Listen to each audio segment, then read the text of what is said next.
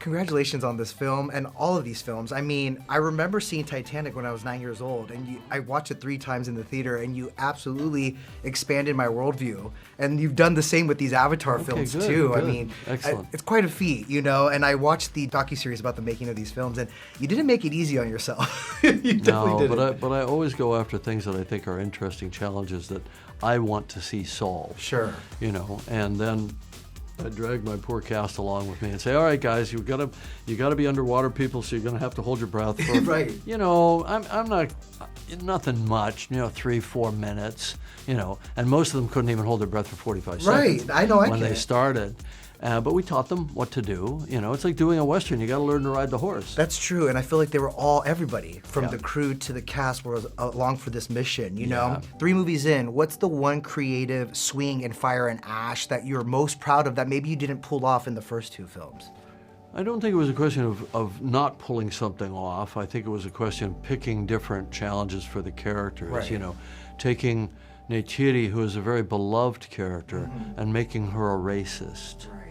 And to the point where we really fear for her mental health and her ability to process through this loss, this family tragedy. Right. You know, that's the kind of dramatic challenge. Everybody thinks, oh, the challenges are all technical. They're not. Wow. The dramatic challenges, I think, outweigh the technical. Is it challenging because, you know, it's not practical sets, it's not, you know, they kind of have to use their imagination there, or? No, imagination is the actor's superpower, right? So you go into a set, let's say there's a set of a hotel room. By the time you're ready to shoot, it's gonna look like this, with lights everywhere and mics everywhere and all. Very true. So the actor's still using their imagination.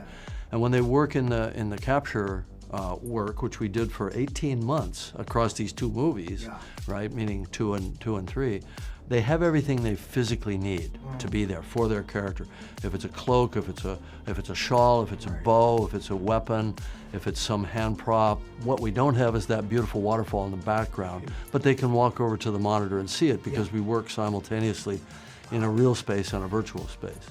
You know, shooting these films in New Zealand, I mean, I know it became a second home for you. In fact, you are first home. Yeah, because you're officially a New Zealand citizen. Correct, my first home now. Yeah. I love that. How special was that milestone for you? And did you ever imagine that's where your path was going to take you? That you'd become that New Zealand would become your home? Imagination is an interesting thing. So my first time in New Zealand was in 1994, before I ever worked down there on Avatar, and I fell in love with the landscape and with the people, with the value system there.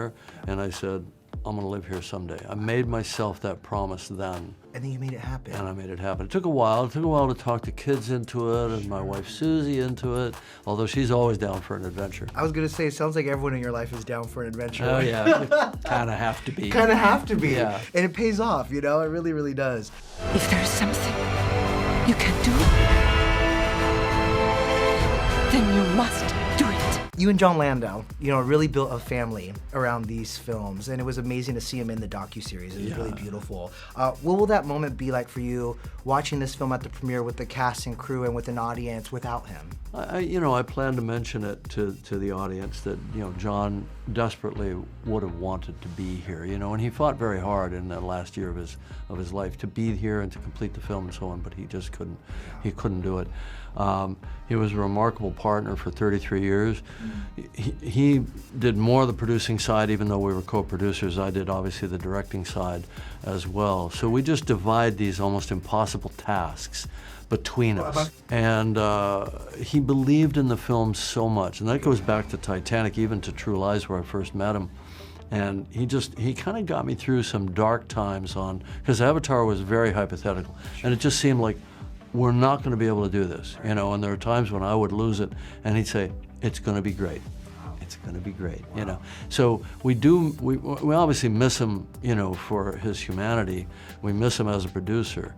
But everybody kind of stepped up. Everybody that surrounded him kind of stepped up and filled that vacuum, and we've shepherded this film through to completion in a way that I would like to hope he would be proud of. Oh, he would be, and you guys built quite the legacy. Let's talk about the Miley Cyrus, that end credit song. Sure. You are my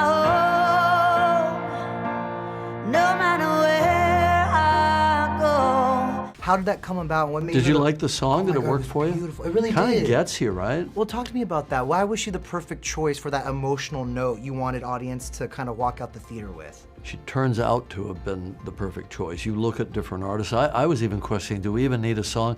I had gotten myself to the point. I had already called her, and she went off and started writing.